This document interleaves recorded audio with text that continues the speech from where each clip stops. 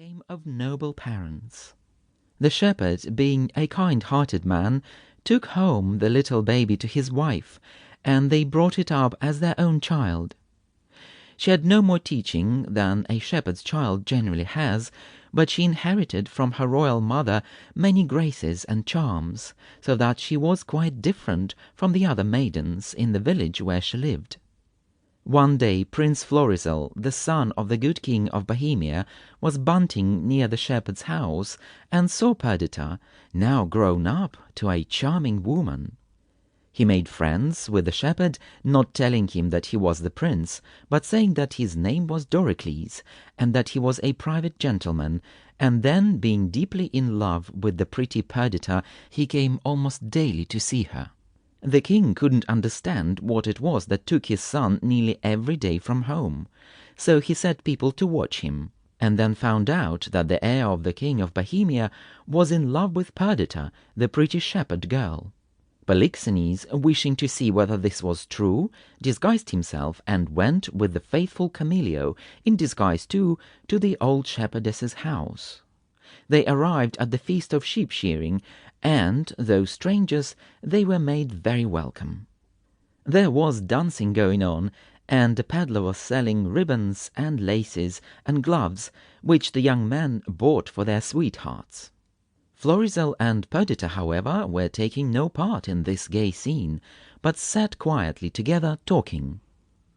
The king noticed the charming manners and great beauty of Perdita, never guessing that she was the daughter of his old friend Leontes. He said to Camillo, "This is the prettiest low-born lass that ever ran on the green sword. Nothing she does or seems but smacks of something greater than herself, too noble for this place." And Camillo answered, "In truth, she is the queen of curds and cream."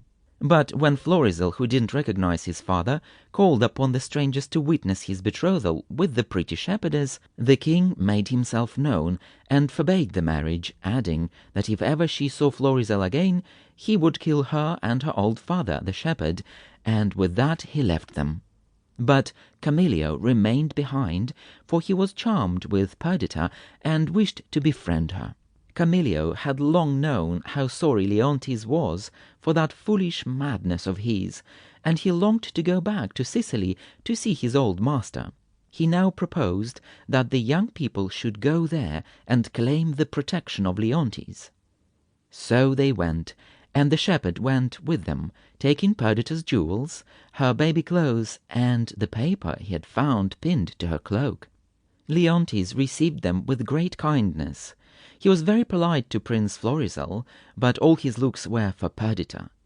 He saw how much she was like the Queen Hermione, and said again and again, "Such a sweet creature my daughter might have been, if I hadn't cruelly sent her from me." When the old shepherd heard that the king had lost a baby daughter who had been left upon the coast of Bohemia, he felt sure that Perdita, the child he had reared, must be the king's daughter, and when he told his tale and showed the jewels and the paper, the king perceived that Perdita was indeed his long-lost child. He welcomed her with joy and rewarded the good shepherd. Polixenes had hastened after his son to prevent his marriage with Perdita, but when he found that she was the daughter of his old friend, he was only too glad to give his consent. Yet Leontes couldn't be happy. He remembered how his fair queen, who should have been at his side to share his joy in his daughter's happiness, was dead through his unkindness, and he could say nothing for a long time but, "Oh, thy mother, and ask forgiveness of the King of Bohemia, and then kiss his daughter again, and then the Prince Florizel, and then thank old shepherd for all his goodness." Then Paulina, who had been high all these years in the king's favor because of her kindness to the dead Queen Hermione, said, "I have a statue made in the likeness of the dead queen, a piece many years in doing, and performed by a rare Italian master, Giulio Romano.